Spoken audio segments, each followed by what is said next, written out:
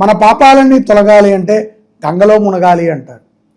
మన యొక్క శక్తితో భక్తితో మనము ఈశ్వరుణ్ణి ఆరాధన చేస్తే అఖండమైనటువంటి ఐశ్వర్యాన్ని ఈశ్వరుడు అనుగ్రహిస్తాడు. ఇక్కడ వృషభ రాశి జాతకులకి ఒక చిన్న రెమెడీ, గుజరాత్లో ఉన్నటువంటి ప్రసిద్ధమైనటువంటి సోమనాథ జ్యోతిర్లింగము మనందరికీ తెలుసు, అత్యంత విశేషమైనటువంటిది సోమనాథ క్షేత్రం. ఇక్కడ చంద్ర ప్రతిబింబ రూపంగా ఈశ్వరుడు ఉంటాడు. అంటే చంద్రుడు ఇక్కడ చాలా ప్రధానమైనటువంటి దేవత.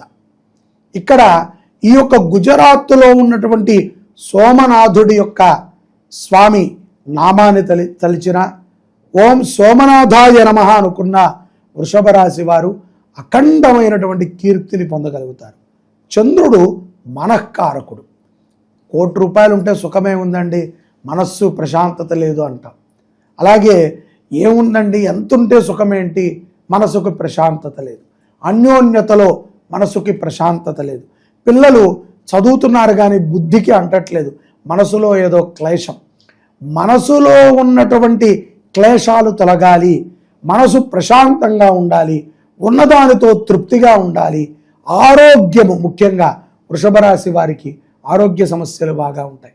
ఆరోగ్య సమస్యలు ఏమీ లేకుండా అయ్యా నిద్రలో మరణించటము సునాయాసమైనటువంటి మరణము చాలా విశేషం. అటువంటి మరణాన్ని అంత్యమునందును మనం పొందాలి అంటే సోమనాథుడిని ఆరాధన చేయాలి. కాబట్టి శ్రీ శుభంకరి సేవా సమితి ఆధ్వర్యములో 12 జ్యోతిర్లింగ క్షేత్రాలలో మహాయాగాన్ని తలపెట్టింది. మే 20వ తారీఖు నుంచి జూన్ 3వ తారీఖు వరకు ఈ యొక్క యాగం జరుగుతూ ఉంటుంది.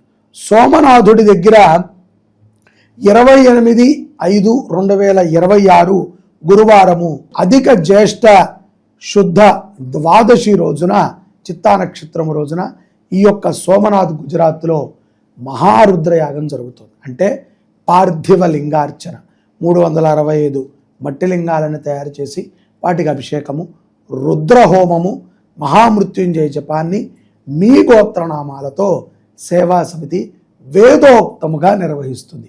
ఈ అవకాశం మళ్ళీ మళ్ళీ రాదు. కాబట్టి వృషభ రాశి జాతకులు ఈ యాగంలో పాల్గొని దివ్యమైనటువంటి అనుగ్రహాన్ని పొందండి. శుభమైనటువంటి మనస్సుతో ప్రశాంతంగా ఉండండి. జై శుభంకరి. ఓం నమః శివాయ.